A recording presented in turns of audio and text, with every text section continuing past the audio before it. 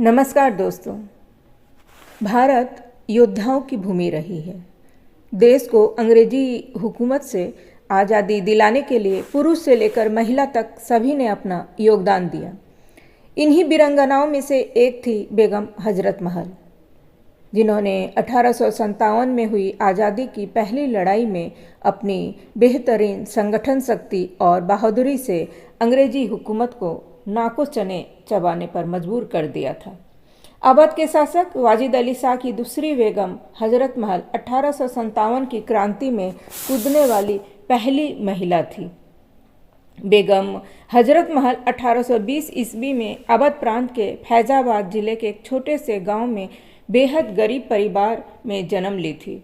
बचपन में उन्हें सब मोहम्मदी खातून कहकर पुकारते थे। बेगम हजरत महल की परिवार की दयनीय हालत इतनी खराब थी कि उनके माता पिता उनका पेट भी नहीं पाल सकते थे, जिसके कारण उन्हें राजशाही घरानों में डांस करने पर मजबूर होना पड़ा।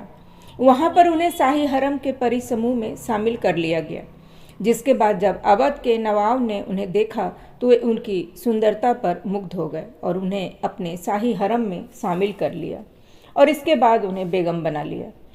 इसके बाद उन्होंने बिरजिस कादर नाम के पुत्र को जन्म दिया। फिर उन्हें हजरत महल की उपाधि दी गई। काफ़ी संघर्षों भरा जीवन जीने के बाद नवाब की बेगम बनने पर उनके ज़िंदगी में खुशहाली आई, लेकिन यह ज़्यादा दिनों तक टिक नहीं पाई।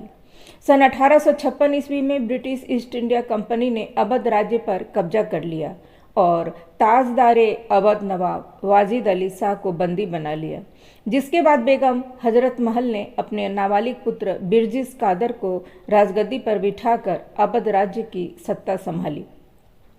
7 जुलाई 1857 ईस्वी में उन्होंने अंग्रेजों के खिलाफ रणभूमि में उतर गई।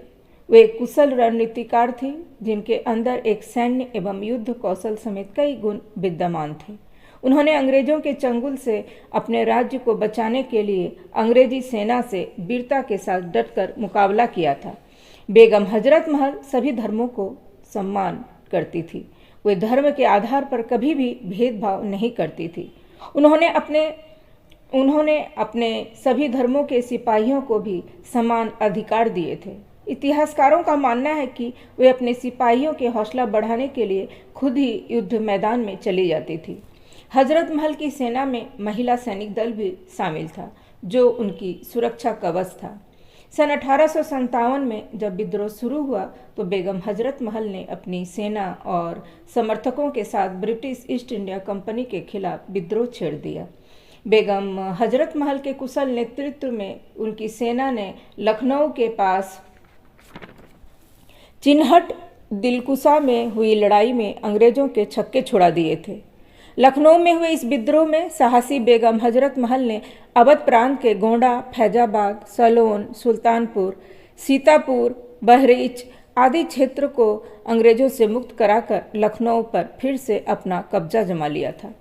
इतिहासकारों के अनुसार अंग्रेजों के खिलाफ हुई इस लड़ाई में बेगम हजरत महल का कई राजाओं ने साथ दिया था। बेगम हजरत महल की सैन्य प्रतिभा से प्रभावित होकर ही स्वतंत्रता संग्राम में मुख्य भूमिका अदा करने वाले नाना साहिब ने भी उनका साथ दिया था।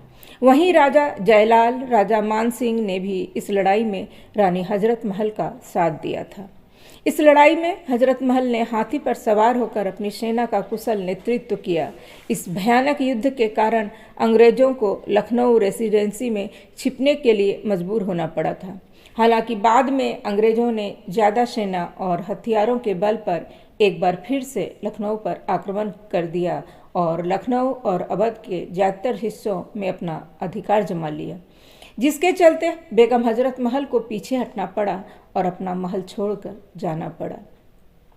इस हार के बाद वे अवध के देहातों में जाकर लोगों को अंग्रेजों के खिलाफ लड़ने के लिए एकत्रित करती रही। उन्होंने अवध के जंगलों को अपना ठिकाना बनाया।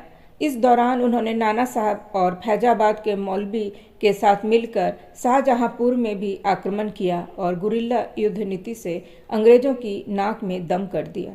ऐसा कहा जाता है कि बेगम हजरत महल पहली ऐसी बेगम थी जिन्होंने लखनऊ के विद्रोह में हिंदू मुस्लिम सभी राजाओं और अवध की आवाम के साथ मिलकर अंग्रेज़ों को पराजित किया था। बेगम हजरत महल ने ही सबसे पहले अंग्रेज़ों पर मुस्लिमों और हिंदुओं के धर्म में फूट और नफरत पैदा करने का आरोप लगाया था। अंग्रेज़ों के साथ लड़ाई के दौरान मौलाना अहमद शाह की हत्या कर दी गई थी, जिसके बाद बेगम हजरत महल बिल्कुल अकेले पड़ गई और उसके पास अवध छोड़ने के अलावा कोई और दूसरा रास्ता नहीं बचा था। वहीं उस समय अंग्रेज़ों ने बादशाह बहादुर शाह जफर को कैद कर रंगून भेज दिया था।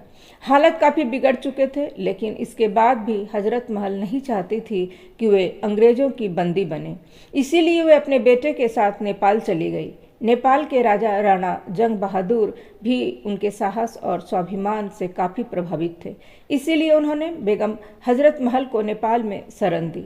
यहाँ पर वे अपने बेटे के साथ एक साधारण महिला की तरह जीवन व्यतीत करने लगी और यहीं उन्होंने 1879 में अपनी आखिरी सांस ली। काठमांडू के जामा मस्जिद में बेगम हजरत महल के शव को दफना दिया गया।